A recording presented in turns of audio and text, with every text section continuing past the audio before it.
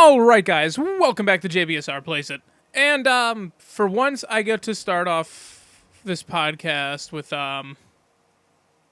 not news from the NFL. Okay, some news. I guess I have to talk about it a little bit.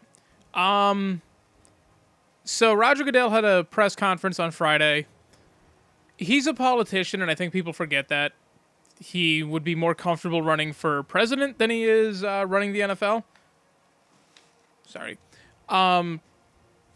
So yes, it just sounded like somebody wrote it for him, he memorized it, and then recited it when he was on the podium. I don't know what people were expecting out of this. He was either going to give this answer, or he was going to admit that he screwed up, he saw the tape, and he was resigning. Those were the two outcomes that could happen. Nobody was going to be happy unless he came out and resigned. Or at least admitted to stuff. He can't admit to anything, he's under investigation.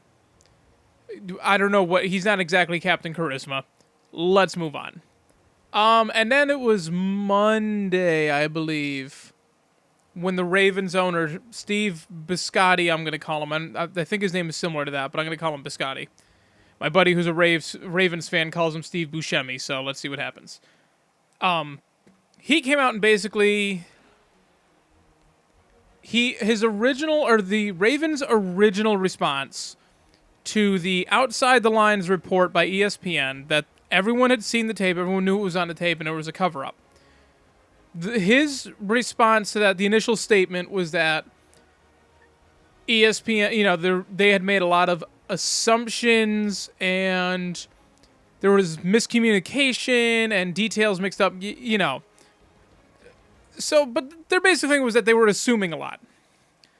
And then he comes out and says, well, all their sources are anonymous, but I can assume that all of the sources were either Ray Rice's friends, his attorney, and people on Ray Rice's side trying to build up a case for his reinstatement. Okay. ESPN was the one suspending people because they were calling for Ray Rice to get a bigger suspension.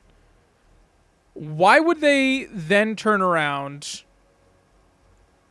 and fill out this, I don't understand why you guys, people think that, or Biscotti's trying to make it seem like ESPN was defending the commissioner and the owner, and then is now turning around and is attacking them for no good reason.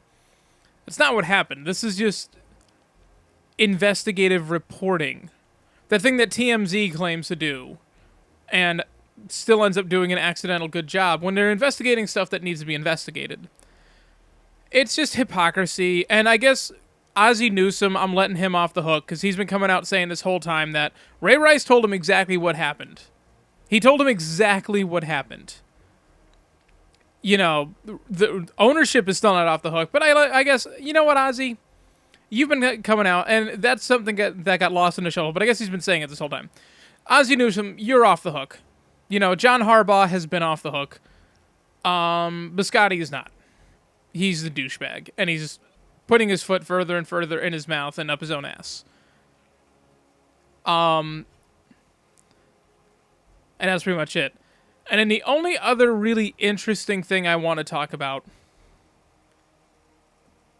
do you ever buy something because it was from your childhood and you remember it being delicious and then it turns out to be terrible? So right now McDonald's is doing the 20-piece chicken nugget for $5 deal. And I'm like, I remember, chicken nuggets. And it's not like it's been years since I've had them. It's probably only been a few months. But I'm like, you know what? Chicken nuggets sound good. I remember chowing down on those. And maybe part of it is also because I forgot to get any sauce with them, because the guy who's working at McDonald's is the typical guy you expect to be working at a McDonald's at 2 o'clock in the morning. He was a douchebag. He really could have cared less. So he didn't even offer me any sauce. Whatever. But they are terrible. They are awful. But I guess that says a lot about how this week in the NFL went, considering I get to talk about chicken nuggets before I start up this game. There's really off-the-field stuff. The only other thing I really want to touch on, it's unfortunate what happened to Rob Baronis. We don't have all the details. They don't think he was under the influence of anything, but it sounds like he was driving erratically. He could have just had road rage. No one really knows, but that's still 36 years old. I mean, that's 8 years older than me. That's not a big gap. You know, and potentially he'd be playing for the Lions this week. And that's just unfortunate. You know, he just got married in June. That's an unfortunate situation. You know, and yeah, he was a kicker, but it's funny. I recognize his name because I didn't even realize he wasn't on the Titans until I started playing Madden. And actually my other franchise, I am the Titans quarterback. And all of a sudden Ryan Suckup's coming out the kick. It's like, who the hell is this? You know, that's unfortunate. Don't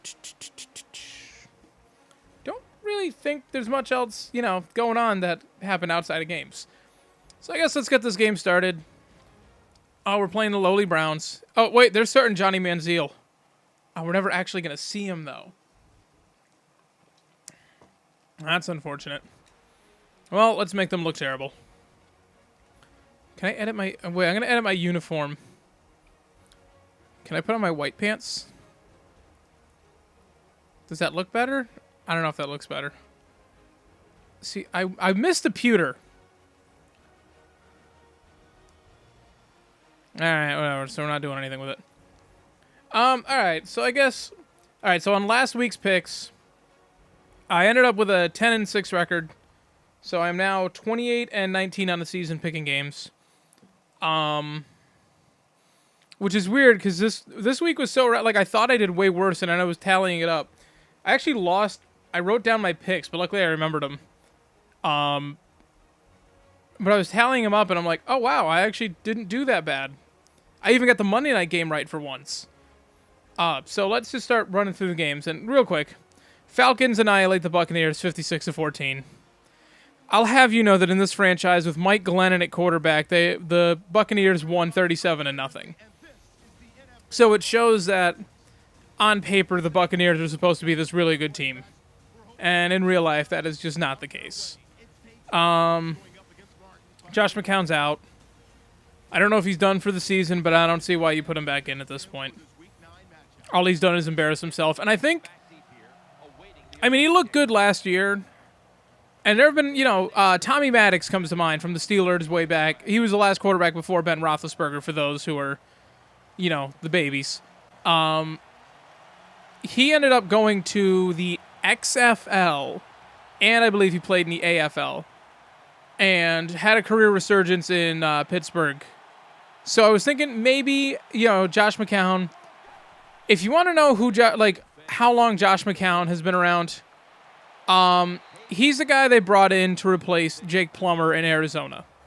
And if you want to know how long ago that was, Jake Plummer was replaced in Denver by Jay Cutler. So Josh McCown's been around for a while. Like, they're not just saying he's an old man. It's not like he's 30. He's 36, 37. Like, he's Tom Brady, Peyton Manning territory. But, you know, so I thought maybe he was having a career resurgence, and he's not. There's no reason for him to go back in the game. Just like Glennon running out. You got the draft coming up. If you end up with the number 1 overall pick, maybe you take Mariota, or maybe you take the risk on Jameis Winston. But there's no reason to go back to McCown. Just see what you got now. You're 0-3. And it's not too late for them. They were competitive in the first 2. But, well, not really competitive. They almost staged a comeback in the first game. They kind of lost on BS in the second game, and now it's just like, okay. No, you lost to the Falcons. So now moving on to Sunday. Sorry. Those terrible chicken nuggets. First game up. I knew it was too good to be true. Chargers 22-10 over the Bills. Now, here's my problem, and I've said this a couple times already. I don't actually watch the games. You know, I don't have cable, so I can't get Red Zone. And I don't know. If anyone knows any streaming services, by all means, let me know. Because I have internet. So I thought E.J. Manuel, looking at his stats, wasn't having a terrible season. You know, I really... There's a reason I keep saying Chad Pennington is because I really thought he was just channeling his inner Chad Pennington. And then everyone's talking about how terrible he is. And this is where ESPN, I almost comprehend the QBR stat. But at the same time, it still is like, what? I barely even understand quarterback rating. But he posted like one of the worst QBRs of the season in this game. He's just, 23 of 39, didn't turn the ball over, but made absolutely no plays. Sammy Watkins had, 3 catches? I mean, Fred Jackson was their leading receiver. The old man who people thought couldn't cut it. I thought he could. But that's because I knew he was late in coming in. It's, the Chargers are good. The Chargers are really good. Like, there's, aside from that losing to that scrappy Arizona squad, that would be a 3-0 Chargers team right now. And instead, they look good. Like, they look good. Mike McCoy has done a hell of a job sort of, I'm not going to say he saved Phillip Rivers' career, but got him back on track is, I guess, more accurate. So it's not surprising to me. I didn't have a good feeling about this game. But like I said, we started off 2-0. 2-1's not terrible, all things considered.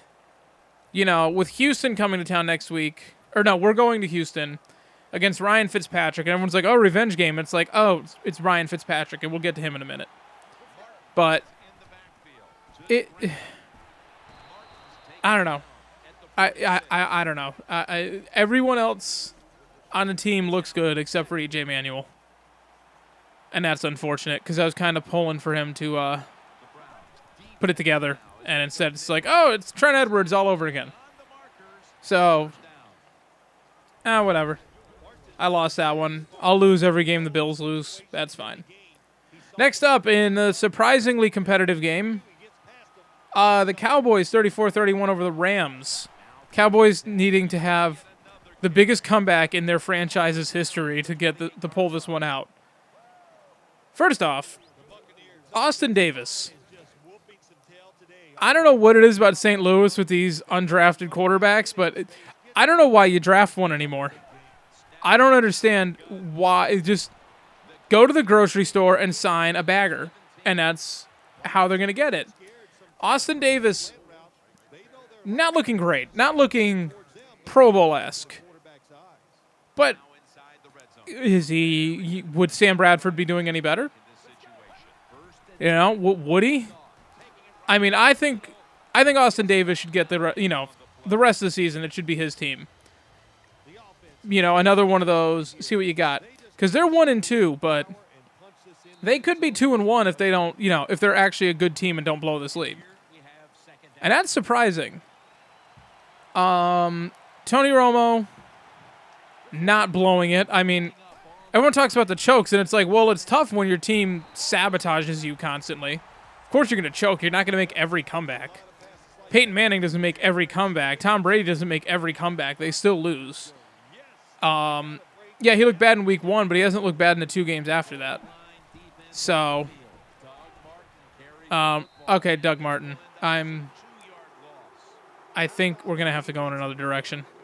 I wish I could trade people.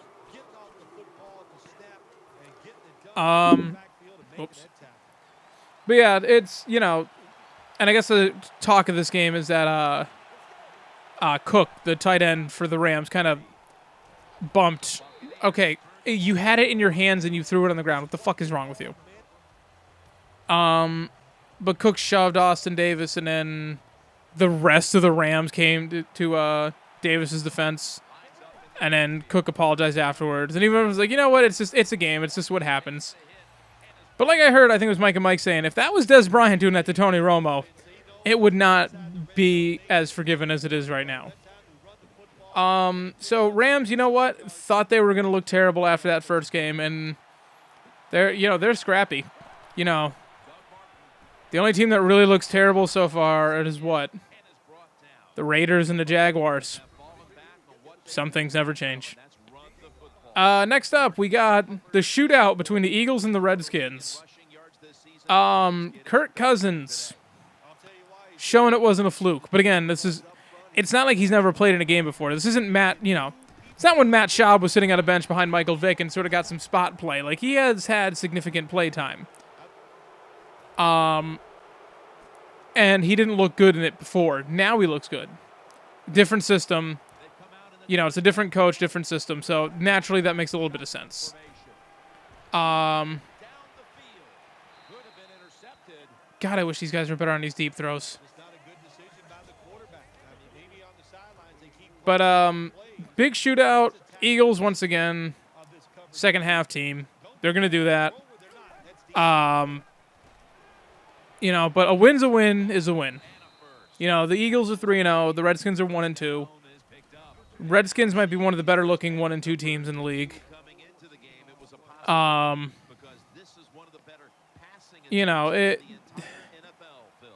Cousins with 427 yards. Jesus Christ. RG3 healthy, I don't think could have done that. Because he's not that type. The Eagles are the worst looking 3-0 team in the league. And that's saying something considering the Cardinals are 3-0 and they are sneaking by on the skin of their teeth. But I don't know. Seems like that would have been a fun game to watch if I had cable. And then we get to the opposite end of the spectrum. The Giants 30-17 over the Texans. Ryan Fitzpatrick doing what all Bills fans remember him doing. Throwing 3 picks, costing his team the game big time. Against, the Giants aren't 0-16 material. I think they're a 6-10 team. And that means they're going to win. And definitely the Texans have a chance. Because that NFC South, the AFC South, you can throw the Titans and Jaguars out the window already. Titans have that win on a fluke. But it comes down to the Texans and the Colts. And I am 100% behind Andrew Luck winning that division by himself. But it comes down to basically Andrew Luck and J.J. Watt. There are 2 players in that entire division and then just a bunch of scrubs. I shouldn't say scrubs. The Texans do have future Hall of Famer at wide receiver. And DeAndre Hopkins with the greatest non-catch in the history of mankind. That was amazing. I have seen that clip. That was incredible. All you got to do is look in DeAndre Hopkins and it'll pop up. I don't even have to give you any more details than that on YouTube or Vine. It's one catch. You can go on Vine. But Eli Manning getting better. So, and Ryan Fitzpatrick goes back home next week with the Bills coming in, acting like he's got a chip on his shoulder, but he did it to himself. This isn't like when Robert Griffin is playing for the Texans next year, replacing Ryan Fitzpatrick and then going to Washington and be like, you know what? I am better than Kirk Cousins. No, it's not that. Ryan Fitzpatrick was terrible. He had 3 really good games at the beginning of the season. They gave him a contract extension. He tanked for the next year and a half. But next up, Saints playing on the half Vikings. They're not really a full team now, are they? No Adrian Peterson. It's not going to get any better. But it's Teddy Bridgewater time. Matt Castle, I think he's done for the year. Is that? If he's not, he's done for a while. It's sort of the Robert Griffin thing. If he's not done for the year, he's done for a while. But the difference is Matt Castle's not going back in. This team is now on Teddy Bridgewater. Surprising, you got 2 rookie quarterbacks promoted this week. Neither one of them is Johnny Manziel. Which shows just, I feel like he's going to, I don't know that he ever has to start for Cleveland to be considered a bust. Not that I'm that high on Hoyer. I think if Hoyer goes to Buffalo, the Bills are 3-0 and competitive. But I don't know about Manziel. I think he's kind of a dick. I mean, look at this, 28-0 on Cleveland because Manziel's starting. Oh, right, Joe Hayden plays for them. God, fuck. Oh, that's not even... Oh, motherfucking Jonte Hittner. I hate that asshole. How dare you be a bust for the Bills and go be successful somewhere else. Just like Marshawn Lynch and everyone else before you. Douchebag. You know, the Saints get the win that they should have gotten. And at 20-9 is still not that impressive. The Colts are the team I was more worried about, and they looked impressive this week. With, I'd say, equal opponents. You know, the Jaguars are terrible all around. The Vikings aren't really great. And they lost their best offensive weapon. So, you know, equal opportunity. And the Saints just did not do anything that wowed anybody. You know, 20 points in the Vikings with the defense that's not necessarily... I mean, I know it's Mike Zimmer, but... the personnel, I mean, again, I'm not going to doubt Mike Zimmer. He's a really good coach. You know, too long for him not to, you know, to get a head coaching gig. I don't know why it took that long. I'm getting really sick of Dante Whitner right now, fucking up all my throws. But still, the Saints, they're 1-2. You know, the Falcons and Panthers are both 2-1. Spoiler alert. But it's Wednesday. You should know these scores by now if you care. I gotta get my head in the game. It's just, I'd be a little worried if I was a Saints fan. That's all I'm gonna say. Bengals 33-7 over the Titans. My team that I will be picking every single week along with the Bills. They don't play the Bills this year, so I can do this. Bengals are the best looking team so far through 3 games. You know, mostly because Seahawks, they lost last week to the Chargers, and then against the Broncos just almost blew it. But the Bengals, just besides that first game to the Ravens, looking pretty dominant. I mean, no, they played the Falcons last week, so even against good teams, you know, just looking dominant. Andy Dalton not having to do much, you know, just letting that defense, you know, you get the good, you know, Burfisette? I don't know how to say his game with that name, that really good outside linebacker that they either was undrafted or like 7th round. You know, really good defensive tackle. They've got a really good defense. And here, I'll put a name out here for you. How about 2000 Baltimore Ravens? That's all this offense has to click at. On Andy Dalton, you only have to be Trent Dilfer. That's all you have to do. And this Bengals team, they're looking good. They're looking good. I would not mind seeing them in the Super Bowl. That wasn't who I wanted to throw it to. And the Titans, just pack it in. You're done. Ravens over, really, kick at the last second over the Browns. In real life, with Brian Hoyer, Browns are looking good. Browns are not looking like the easy out they've been over the past 15 or so years. You know, they're looking like they're going to compete for the rest of the season. You know, which sucks is it's another... If you look around, most of these teams have really terrible owners. You know, you got the Wilfs in Minnesota, who basically had to pay that $98 million or whatever, basically for organized crime. It was basically organized crime. It was basically mafia stuff. You got Haslam. I changed my mind and I still threw it to him. Haslam here, fucking over people.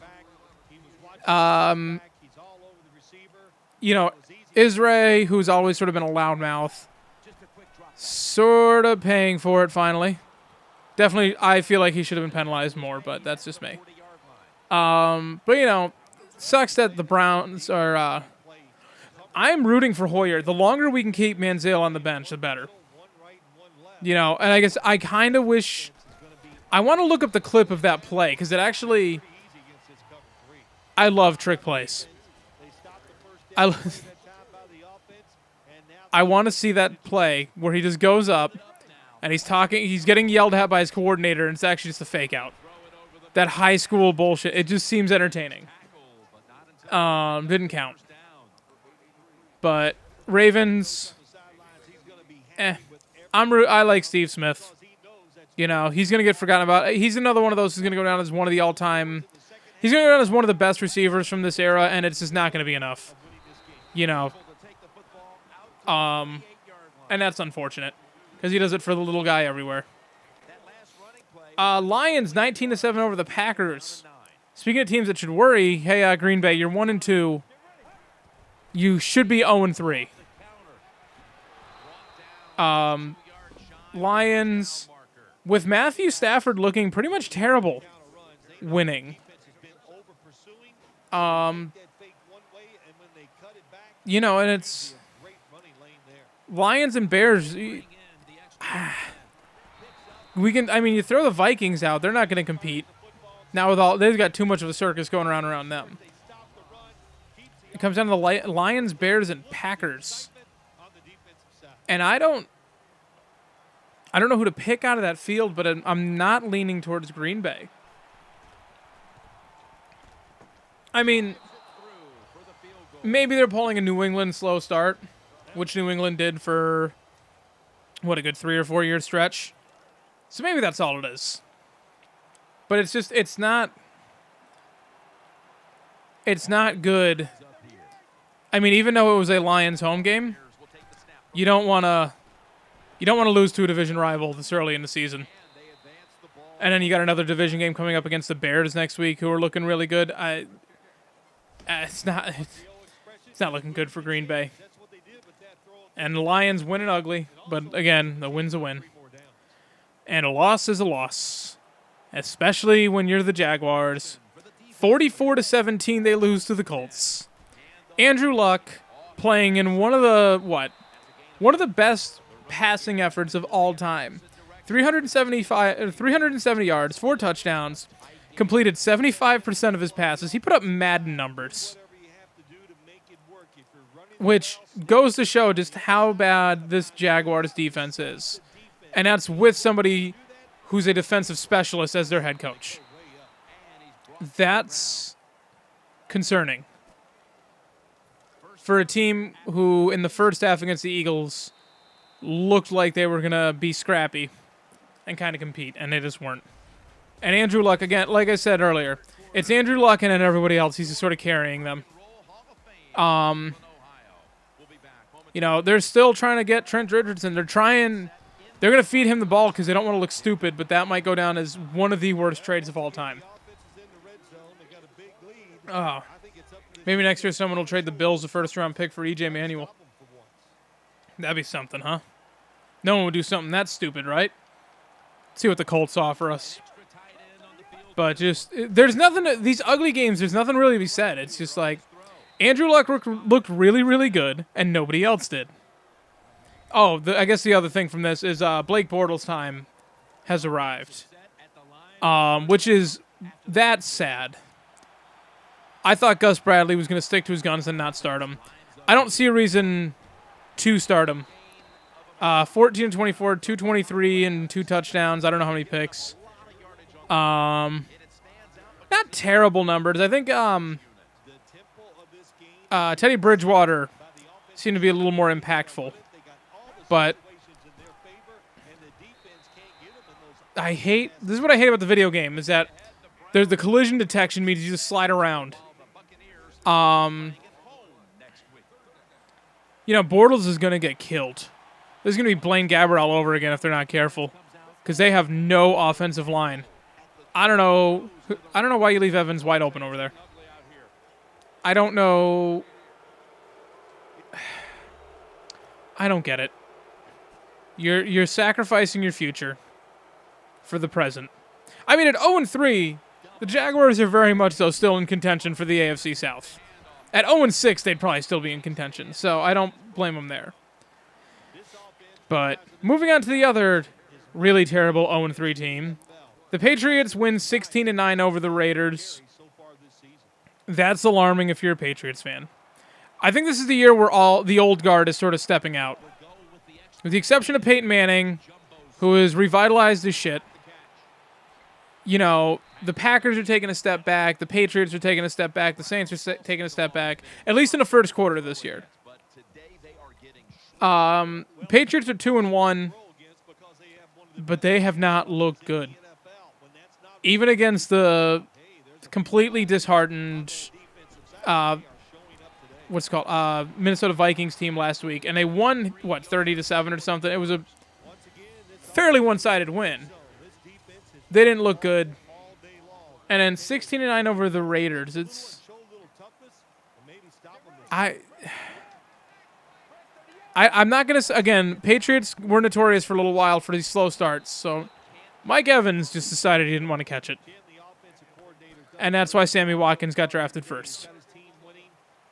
But Patriots, man, I am not sorry if you're a Patriots fan because I am a Bills fan and you will never feel my pain. I don't care how slow your start is.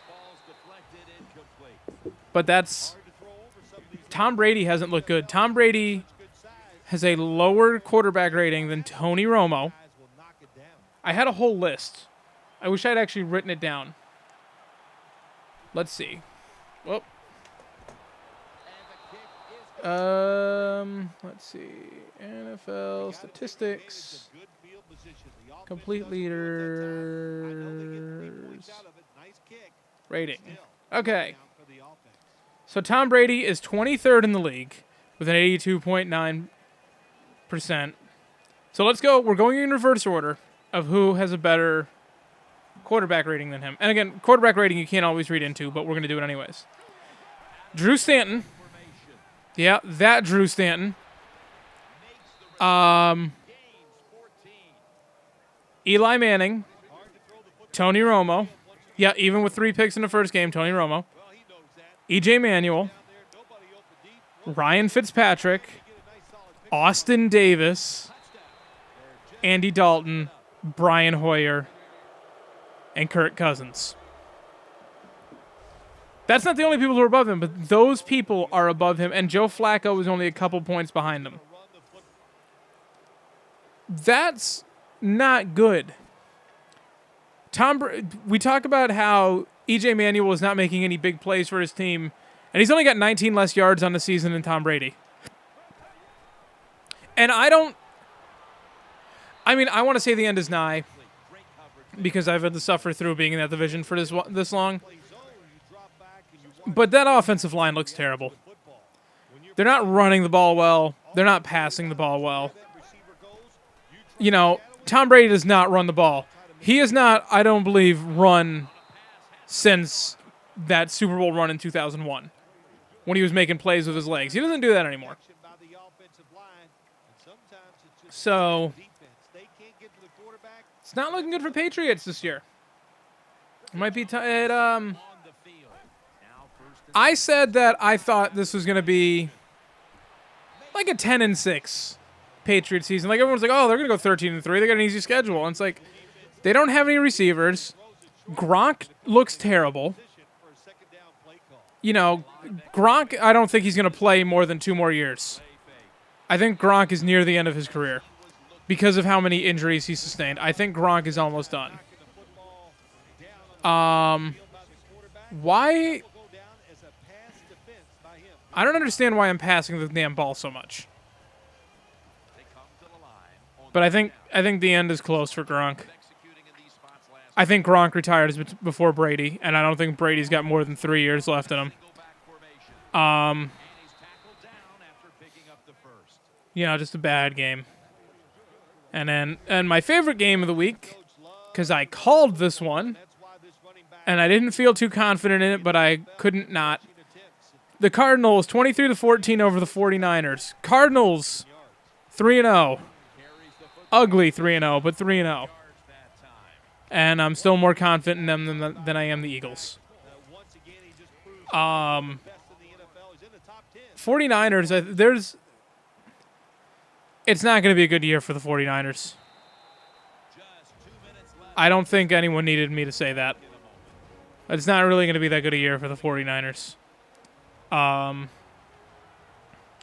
Which is good because they got Stevie Johnson. So that makes that pick a little bit better. But yeah, just Drew Stanton. Everyone's like, is he going to take over the team? No. But you feel comfortable leaving him in there until Carson Palmer is 100%. You don't rush Carson Palmer back now because you're winning with Drew Stanton. But he's doing exactly what a backup quarterback is supposed to do. Fill in nicely, but then hands it back over when your real quarterback comes back in. So, I don't know. Cardinals are looking good. They're on a bye, which is good because that means Carson Palmer gets to get healthy, but bad because they have momentum, and they're killing it. Next up, the obvious game of the day, although not so obvious. Seahawks 26-20 over the Broncos in overtime. First off, if you want to bitch about the overtime rule, shut the fuck up and leave now. We're not going to talk about that. There's nothing wrong with the overtime rule.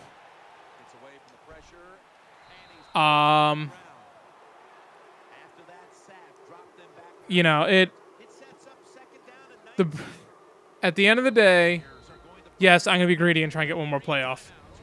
At the end of the day, the Broncos were down in a big hole, came back, and couldn't finish it off because their defense let them down. Which sucks, but at the same time, that defense is supposed to be improved. So, defense has to do their job. They didn't.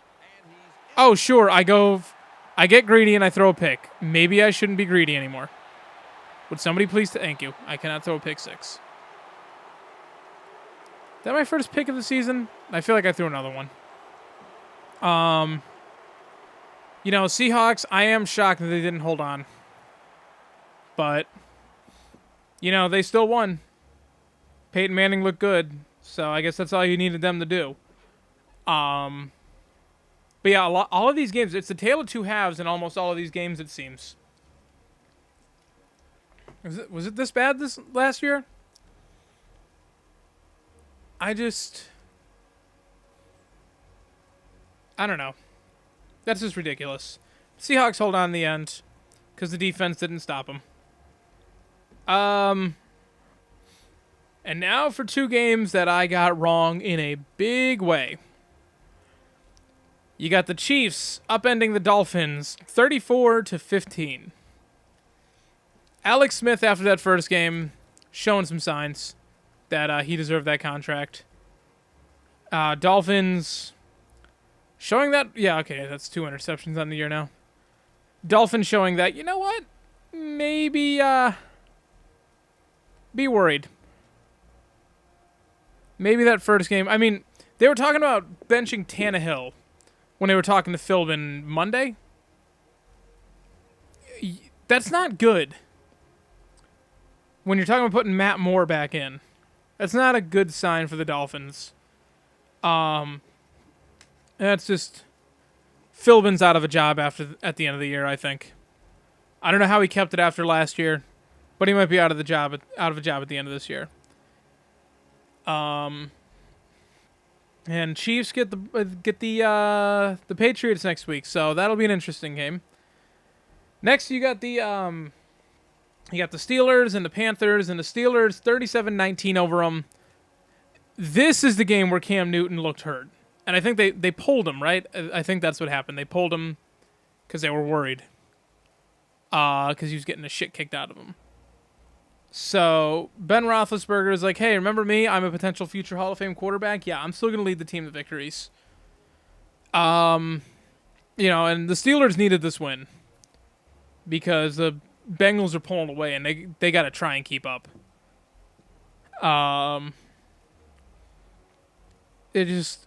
This isn't one. I mean, yeah, the Panthers lost pretty badly, but I wouldn't be too worried because they were all. I mean, Jonathan Stewart had to be the running back. With 5 carries for 31 yards, he was their leading rusher. So you sort of throw that out the window. 200-yard rushers for the Steelers is concerning. But you take into account that, 60 or 70 of them on one run for LeGarrette Blount? So, I don't panic too much. But, yeah, not a great loss, but could have been a lot worse. And then the Monday night game, which finally I got one right. Bears 27, Jets 19. I feel like it didn't look that close. And everyone's trying to blame Geno Smith, and it's like there's so much else wrong with that team. I picked them, to be third in that division, I think? No, fourth. I picked them dead last in that division. And this is why. They have no talent on offense. Geno Smith isn't looking terrible considering what he has to work with, because his best receiver, Eric Decker, the big pickup, is out. So that's gonna hurt him. But the Bears are looking good. And does that make the Bills look better for beating them? It's the same thing when you look at all these teams that are 2-1 and have looked really good. Atlanta's 2-1 and has looked really good in their 2 wins. Does that make the Bengals look a lot better? Chiefs are 1-2, but almost came back and beat the Broncos last week. Could potentially 2-1. How good are they actually? Is Alex Smith? Is he actually the answer? So there's a lot. I don't know. There's a lot of questions. I don't have the answers. All I know is that I'm looking forward to hopefully another week where I don't have to talk about anything. And right now my plan is to stop this episode and immediately start filming tomorrow's episode. So if something big happens on Wednesday and I don't talk about it, it's because I'd already filmed. So I'm hoping we have another quiet week, because I don't think that report is going to be ready anytime soon. And if it's something major, maybe I'll just pop up a third episode on Friday or Saturday just to talk about it. But all right, guys. So that'll do it for the recap. Like I said, I'm 10-6 this week, 28-19 overall. I'll come back tomorrow with my picks. The buys are starting. And we've got 4 of the best teams in the league off next week, and Denver, Seattle, Bengals, and the Cardinals are 3-0, so I guess them. There's 2. I don't know who else is off. I forgot. But anyways, guys, thank you so much for watching. If you enjoyed this, please hit the like button. If you want to see more of these videos, please subscribe to me. And I do other videos besides Madden. Although that's probably running out soon. I think maybe I should film some of those too. But anyways, guys, thank you so much for watching, and I will see you guys next time.